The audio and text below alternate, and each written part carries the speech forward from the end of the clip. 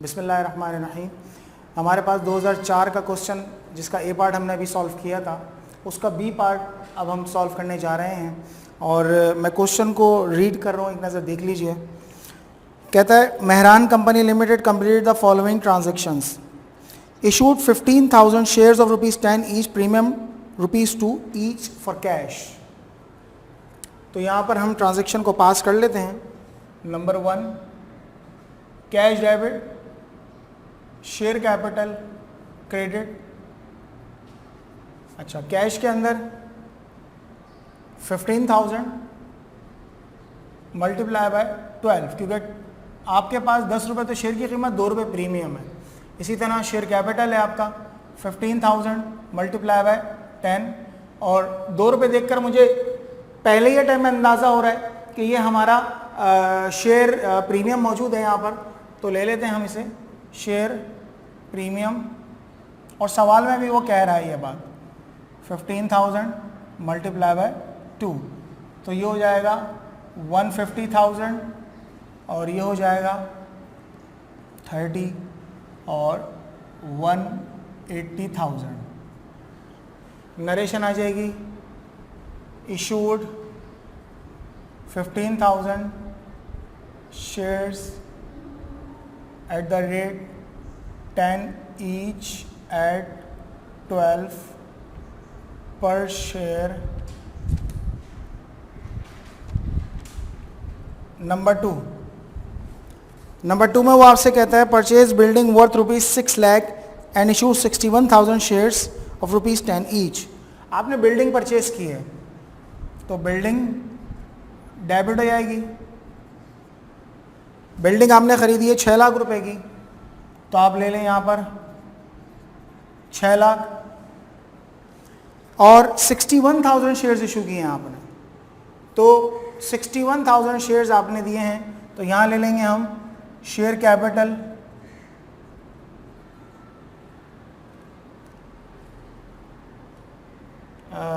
$6 lakh, sorry 61,000 multiply by 10, तो ये हो जाएगा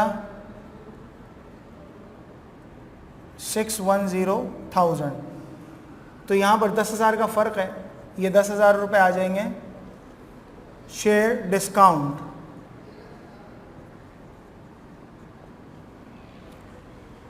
तो यहाँ पर हम नरेशन ले लेंगे, issued 61,000 shares at the rate 10 each for purchase of building। Number 3, debenture of ₹80,000 were settled by the issue of sufficient number of shares of ₹10 each।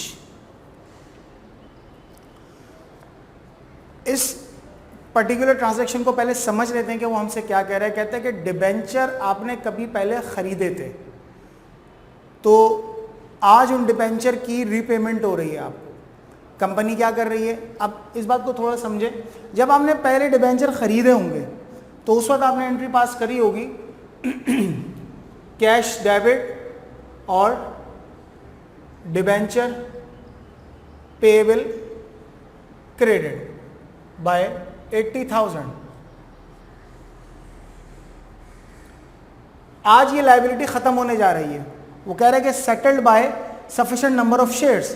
Company क्या कर रही है कि आपको कैश नहीं दे रही, वो कह रही है हमसे शेयर ले लो अपने, यानी हम आपको शेयर दे देंगे तो आप शेयर परचेज कर लो। तो इस तरह कंपनी का कैपिटल बढ़ जाएगा, ये लायबिलिटी ये खत्म हो जाएगी। तो डिबेंचर पेएबल डेबिट हो जाएगा और शेयर कैपिटल यहां पर क्रेडिट होगा। राइट, एंट्री तो यही बनेगी, ये वाली।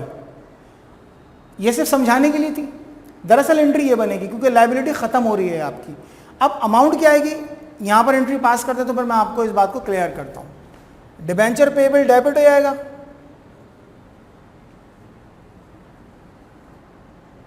और शेयर कैपिटल क्रेडिट, क्योंकि खुद कह रहा है कि शेयर आपको दिए हैं। अच्छा, अमाउंट है 80,000 की, शेयर्स की तादाद आपको नहीं पता, तो हम निकाल लेते हैं 80,000 डिवाइड बाय 10, तो ये हो जाएगा 8,000 शेयर्स आपको दरअसल मिले हैं कंपनी से इनकी सेटलमेंट के लिए। नरेशन ले लेते हैं हम यहाँ पर, issued 8,000 shares for the settlement of debentures, right?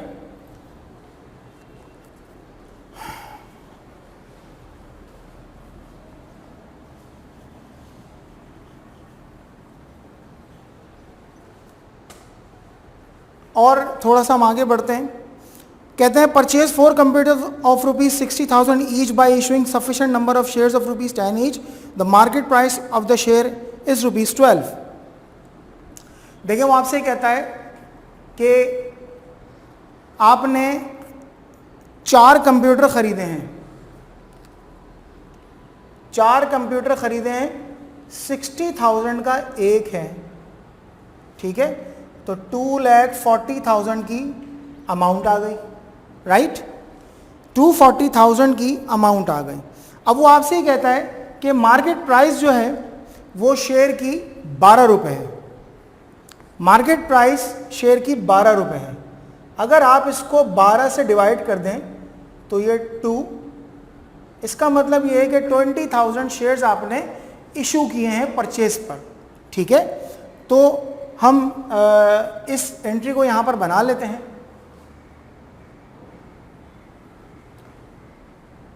Computer, अच्छा कंप्यूटर या इक्विपमेंट दोनों का लफ्ज़ इस्तेमाल हो सकता है।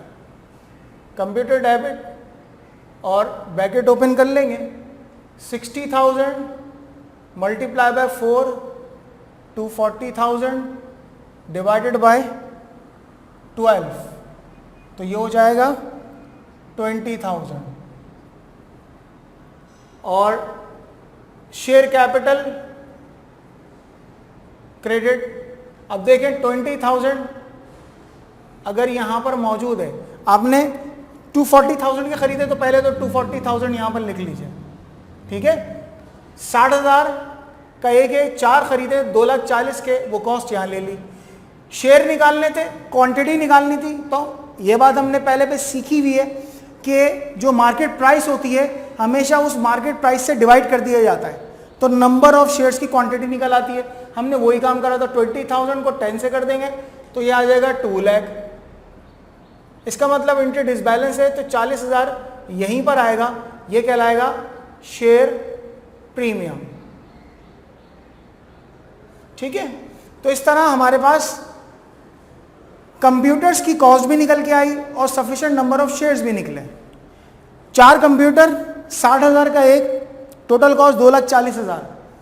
अब कॉस्ट तो निकल आई तो वो कॉस्ट मैंने वहां ले ली। अब शेयर्स की क्वांटिटी नहीं मालूम, उस कॉस्ट को डिवाइड कर देंगे जो मार्केट प्राइस है। मार्केट प्राइस से डिवाइड करा तो मेरे पास 20,000 को मल्टीप्लाई बाय 10 किया तो मेरे पास शेयर कैपिटल, और उन दोनों का फर्क लिया तो 40,000 शेयर प्रीमियम आया। नरेशन ले लेंगे, issued 20,000 shares at the rate 10 each for purchase of computers.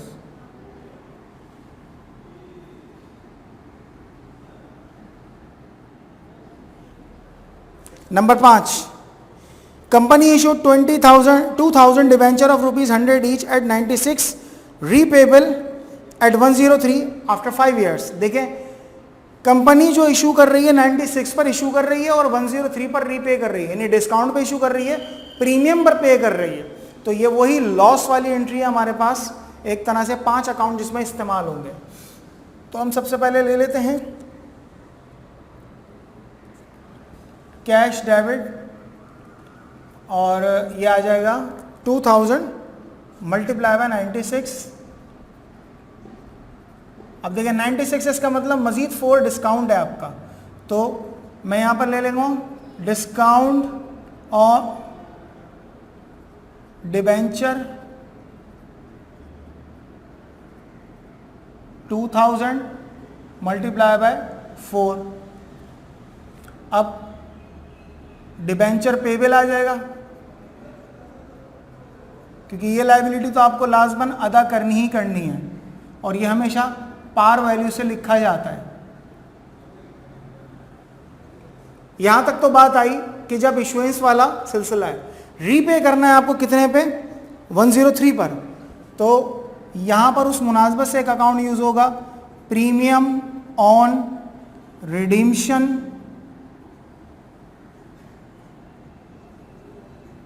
$2000 multiply by 3।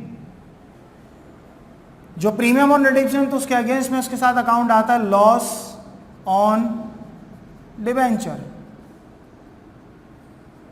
2000 multiply by 3। अब इनके हम कैलकुलेशंस को लिख लेते हैं। ये आ जाएगा 190 2000, ये आ जाएगा